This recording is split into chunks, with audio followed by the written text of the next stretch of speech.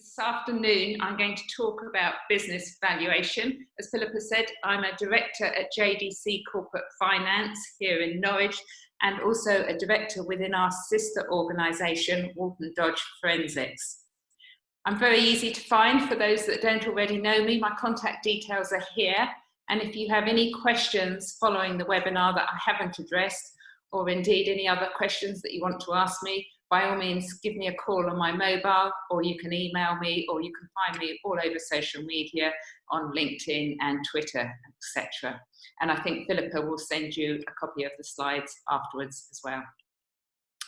So my agenda this afternoon is to talk about business valuation, and I'm going to come at it from two angles. I'm going to talk about the theory of business valuation, and I'm also going to talk about the real life drivers of price and value of a business. I'm going to touch on how the pandemic has impacted value. I'm going to talk about what business owners should consider doing now, and also what are the opportunities to build and indeed realise value. So I've said I'm going to talk about both the theory of business valuation and also real life business.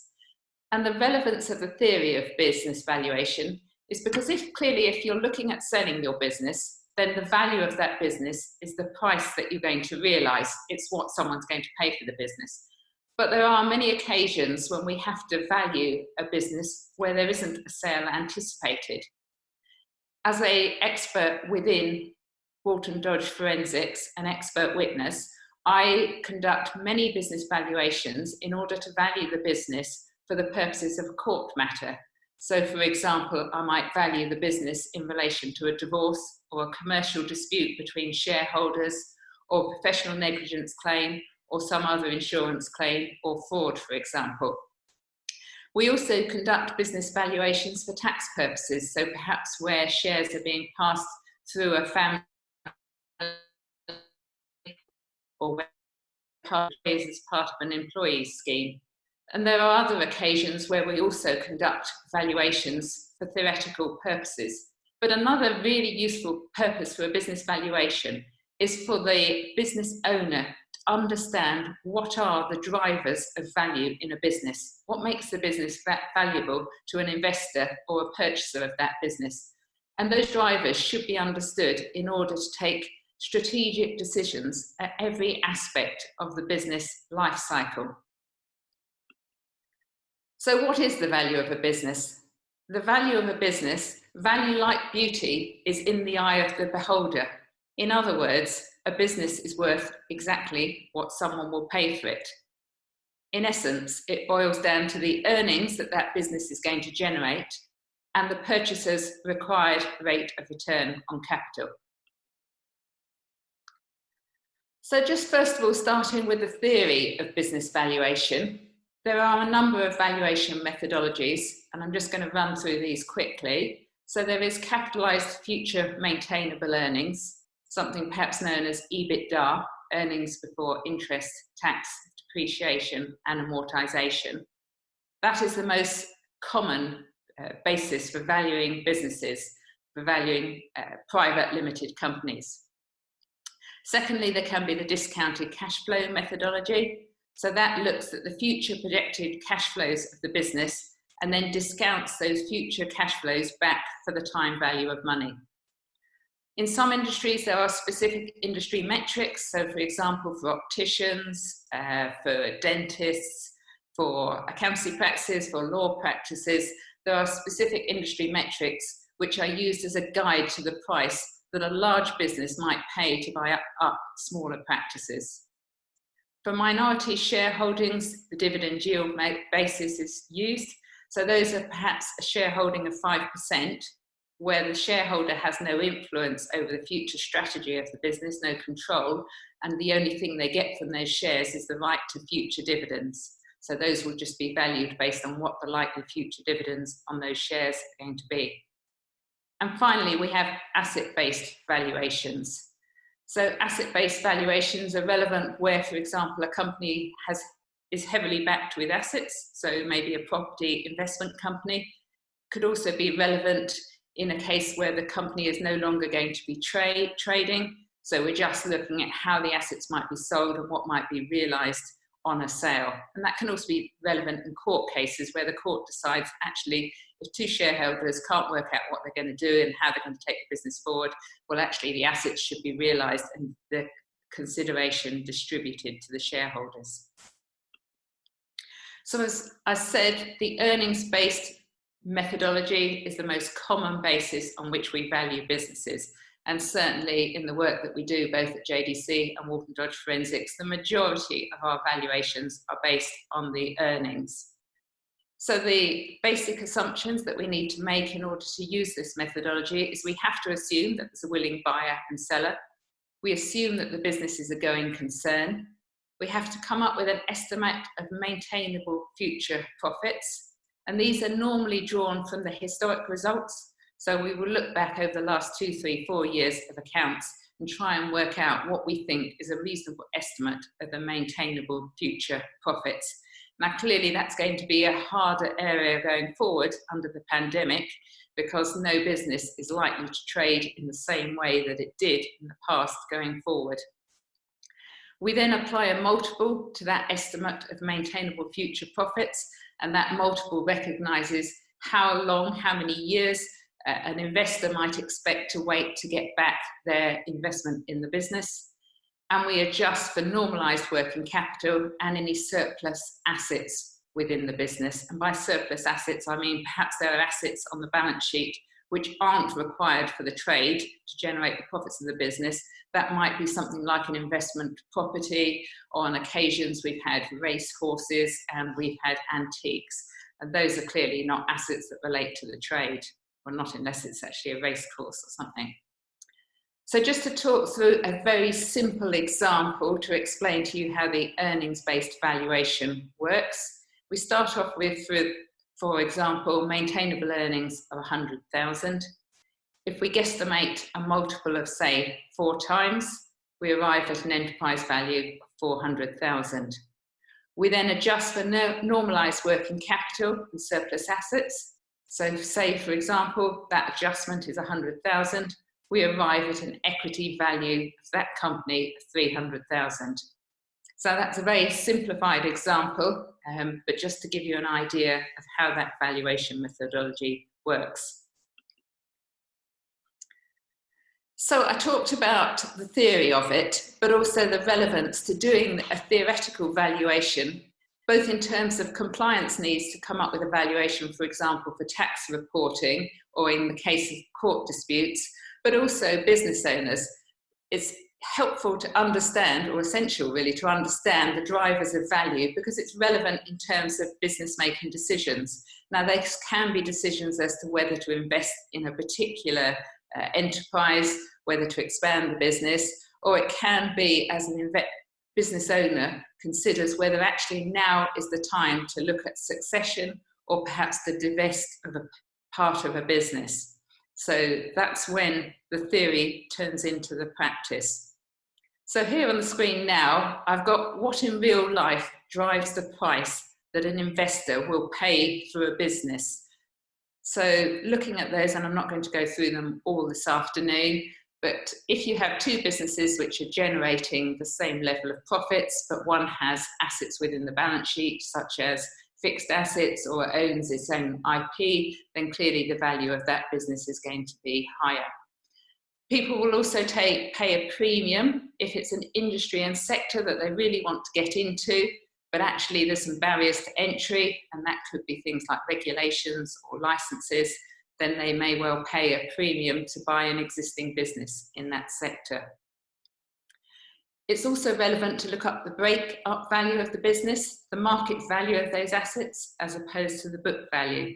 And by that I mean, typically accounts are still drawn up on the historical cost basis. And that means that assets within those accounts, the balance sheet that are published, will reflect the historical cost. So for example, a property, a significant freehold property, will be kept at its cost. That might be 10 years ago since it was bought, and the market value may be significantly higher than the historic cost.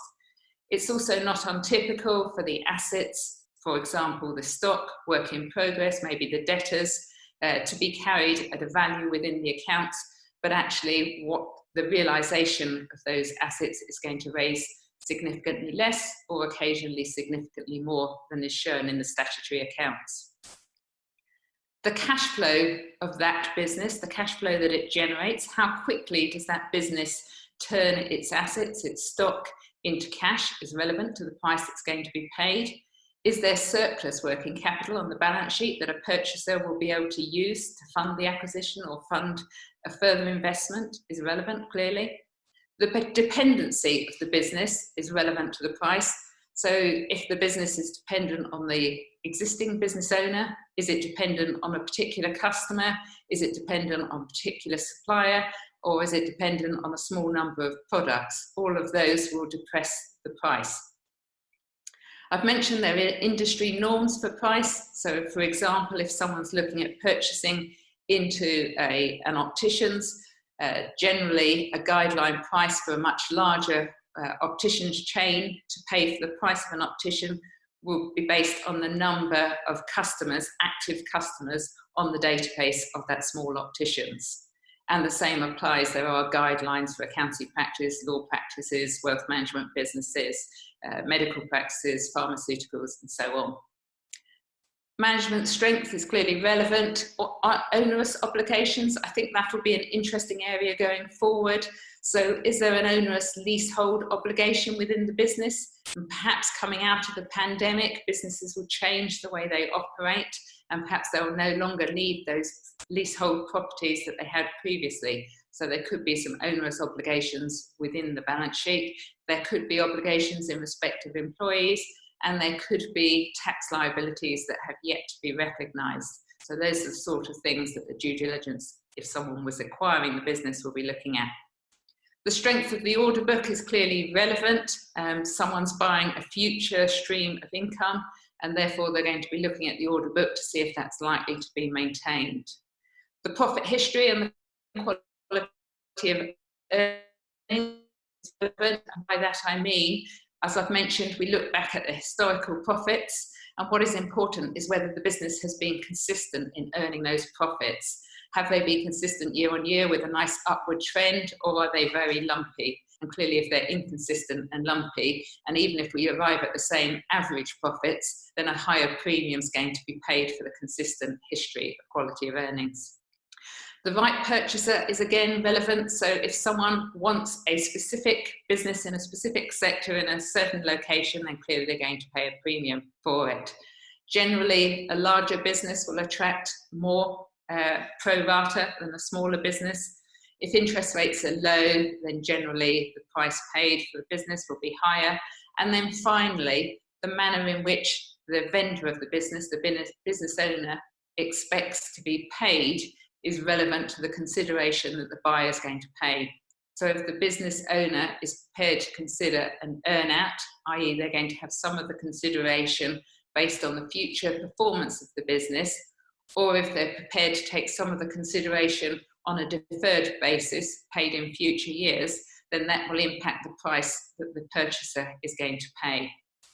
But in all of these areas, preparation is key. It's really important to look at these things on a regular basis, and certainly not leave it until the point where you're looking to actually realise some value by an exit or partial exit from the business. I said I'd touch on the impact of the pandemic, COVID. So COVID-19 is a business tsunami without precedent. And why do I say without precedent? Perhaps there is some precedent. For those of us with a lot of grey hair, and believe me, you can probably see I've got a lot of grey hair. I've not managed to get to the hairdressers, unfortunately, since lockdown. That will be my first visit when we get out. But some of us will remember the recession in 2008. I remember it very well. I had just sold our business, our accountancy practice, 6 months earlier, and all of a sudden the market fell completely. We were heavily involved in corporate finance in those days, and our business massively contracted. And it took about 2 years for the stock market to come back, and also for corporate finance activity to come back. But that was purely a recession, a stock market crash. Clearly, we've got two things going on now. We have both the pandemic and the impact of the pandemic and the lockdown, but perhaps we also have a wider global slowdown and potentially a recession. So there's two things going on. And I think this slide, to an extent, illustrates that. So this slide shows you the movement in the London Stock Exchange since the 1st of January 2020 through to the end of April.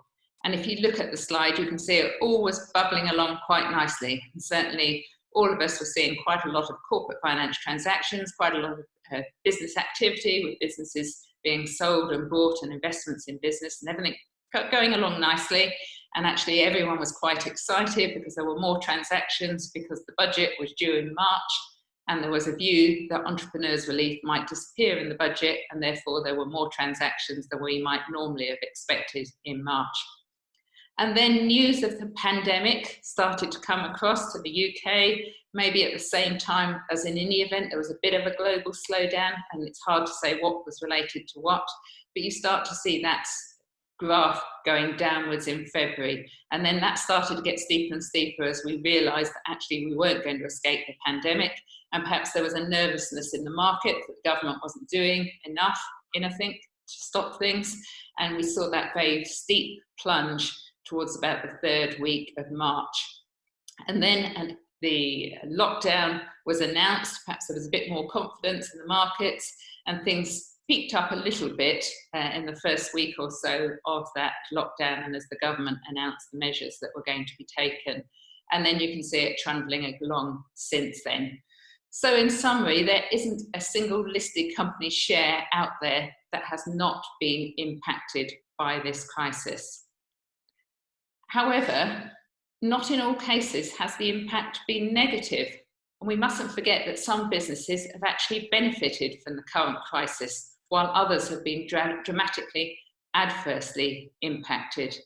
So just some of the areas that we at JDC and Walton Dodge Forensics have seen a positive impact include things like pharmaceutical businesses, horticultural businesses. Now we all seem to have got very busy putting seeds into our garden, planting flowers, and indeed we've all become busy home bakers, etc. So there have been some winners from this pandemic.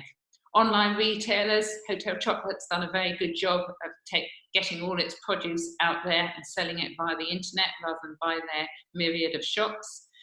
Cloud-based IT services, clearly video conferencing, Zoom must be a huge winner from this, and Microsoft Teams must be trying to play catch up on this. Streaming, gaming and video content's clearly doing very well, and anything relating to PPE is also an area that's benefited. Negative impact, I'm sure you're aware of all of these, but clearly hospitality and leisure and any suppliers into that industry, oil and gas. The traditional retail market was already in decline, and for some this is now the nail in the coffin, unfortunately.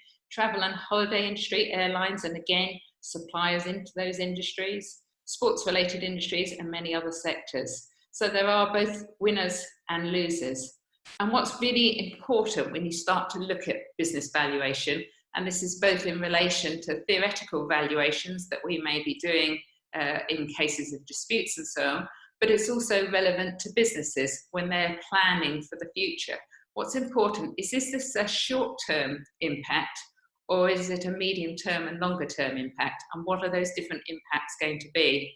And I think a good example to look at, and it's one that we're looking at within some work we're doing on Walton Dodge Forensics, relates to barbers. So clearly, as we went into lockdown, all those barber shops had to shut. And clearly, there's no income at all for the period of the lockdown. And equally, there probably is very minimal cost for that period. But as we come out of lockdown, I am sure that most people will decide that doing their own haircuts wasn't such a great idea after all. And the demand for those barbers, one assumes, will be back where it was. And there will be no long-term impact on the demand, I suspect. However, the challenge, and this is where it's going to get challenging to value businesses, is it's unlikely that they will be able to operate in quite the same way as they did before. They will probably have to have less customers in the shop at any one time, because clearly they're going to have to observe social distancing. So it is going to impact potentially their income and also their costs. And the same is true of many businesses. So when we're trying to work out the impact on value, we need to try and get under the skin of how are those businesses going to operate in the future post the immediate impact of the pandemic. So moving on, so what should business owners consider doing now? First and foremost, and I'm sure all business owners are doing this now, they need to manage their cash. And I'm sure all business owners have been looking at cash. At the moment, quite many businesses, we know ourselves in our own client base, will have their staff furloughed. So the cost of those staff might be met in full or primarily by the government. However, the cash squeeze is going to become harder as we come out of this current time. And that's because as businesses start to trade again, furlough is going to come to an end. Businesses are going to have to pick up the wage costs of their staff again. They need to pay the creditors that they may not have paid, and they will need to pay for new stock. So there's going to be an unwinding of the current freeze on cash flow, and actually there's going to be a liquidity squeeze over the next couple of months, which is going to make things tougher, if anything, for those businesses. So what they're going to have to do is they're going to have to prepare cash flow forecasts and budgets and really stress test those. And to prepare accurate cash flow forecasts and budgets, you need to bring your accounting records up to date. You need to know a fresh starting point. So at the moment, while businesses are perhaps quieter and indeed may be closed, it's a good time to bring those accounting records up to date. It's also important to review debtors. Now more than ever, it's important to keep an eye on those debtors and make sure that there's no bad debt exposure, or bad debt exposure is minimised as far as it can be. It's important to stress test the cash forecasts and the budgets, because it's impossible to work out how businesses are going to come out of this and how quickly and what the impact is going to be on sales. So it's important to be able to stress test those and run other variables. Businesses need to look at all options for funding. So perhaps even if government funding isn't required at this point, it may be required as we come out of the freeze, and businesses need to think about potentially taking that funding as a buffer for the future, and also to look at other assets which actually aren't required for the day-to-day running and on which liquidity could be freed or realised. Clearly, businesses need to think about plans for their labour and their staff resource. They need to brainstorm not just the challenges and the risks, but also the opportunities. And I would suggest those opportunities, challenges and risks need to be brainstormed with as many stakeholders and advisors as possible.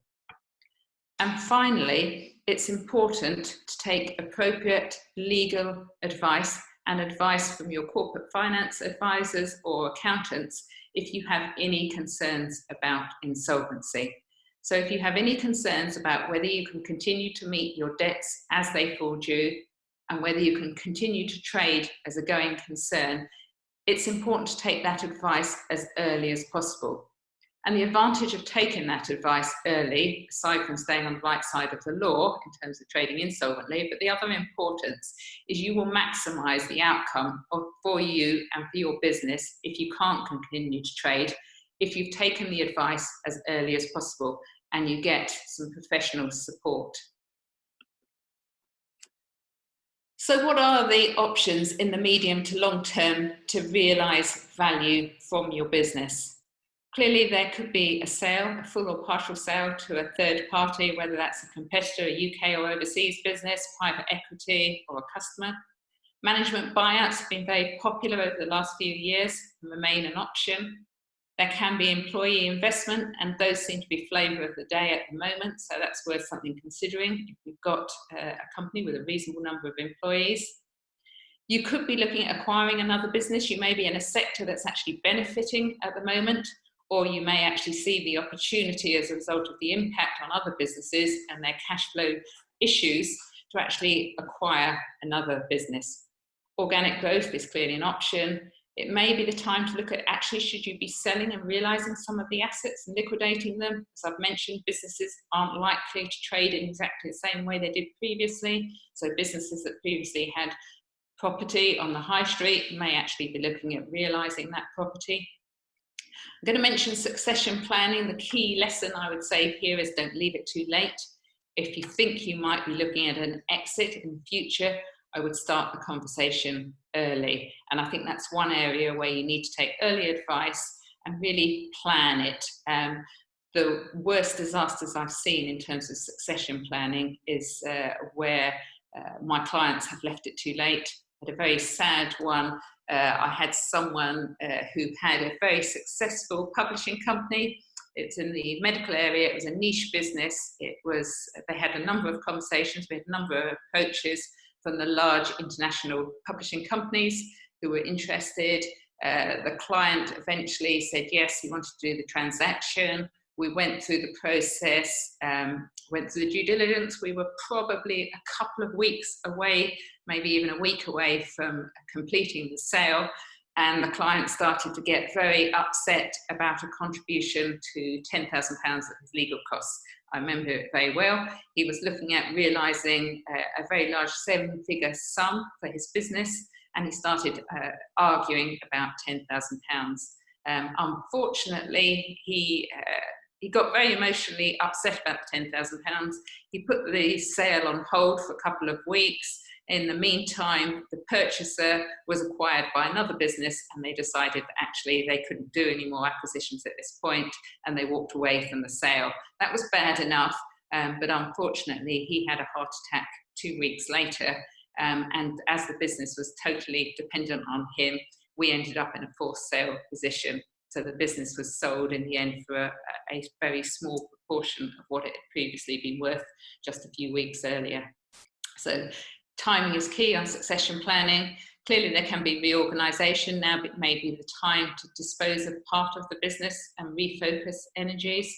And running through all of this is the importance of tax planning, such that you don't want to pay any more tax than you have to when you're realising value, or indeed when you're trading the business. So again, it's key to get that advice early and not at the point of doing the transaction.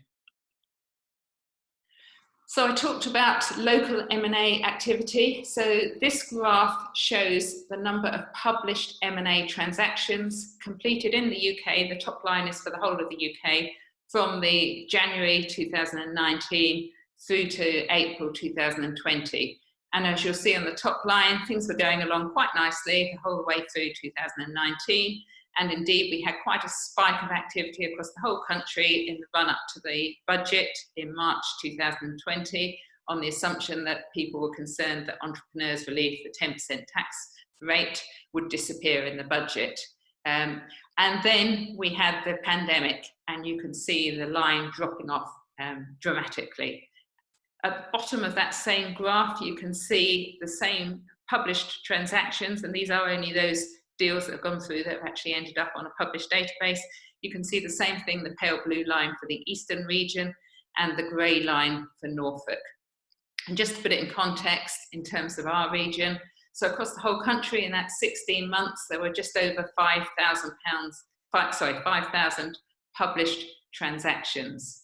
Of those 5,000 transactions, 245 were in the Eastern region and 32 were in Norfolk. Now, not all those transactions disclose the consideration that's involved, so we can't say in totality what the 32 realised, but of those that do disclose the consideration that was involved, we know that just 3 transactions in Norfolk generated just over £30 million for the business owners. So quite a considerable realisation of value for those business owners.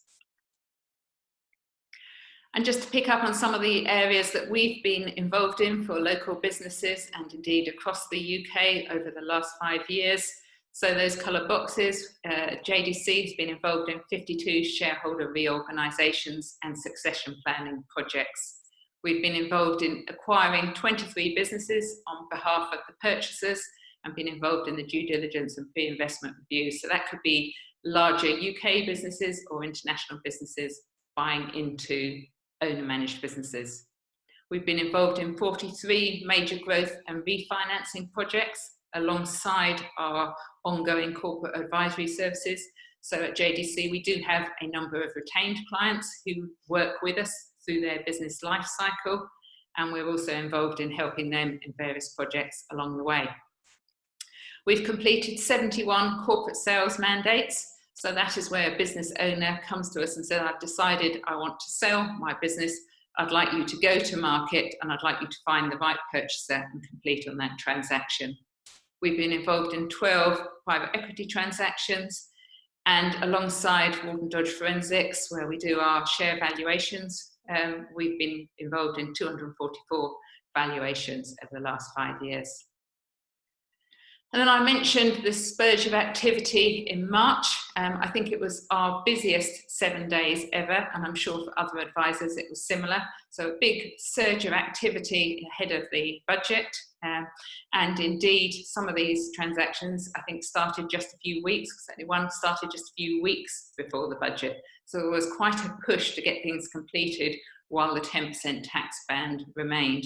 So Project Hugo was manufacturing and distribution, based in Suffolk, and they completed a complex debt-funded merger.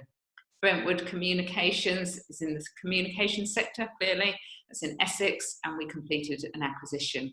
Climatech Group Holdings is in manufacturing, again in Essex, and that was a management buyout. Bowen Forecourt Developments is in construction in Essex, and that was a trade disposal.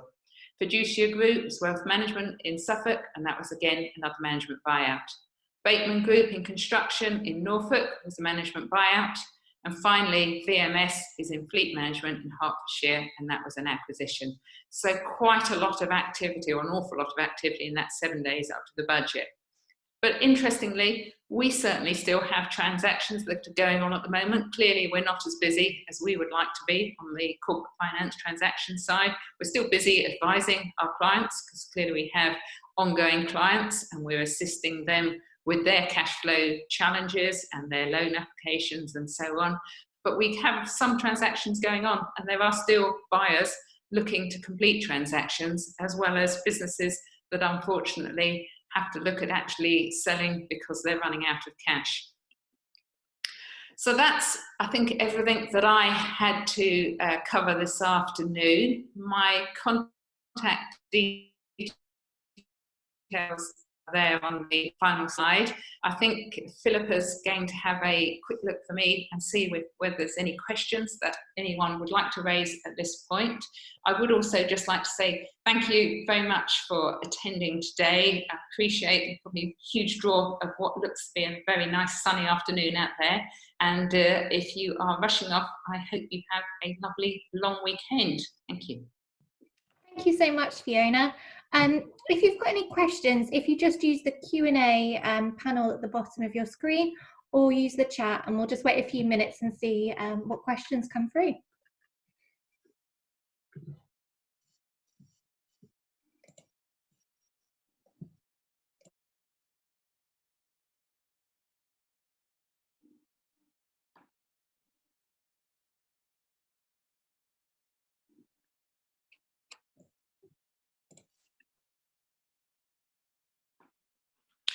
So I've got a question here. That's a fair point, Janet. So maintainable earnings, could you go through the example again? It was a bit mesmeric.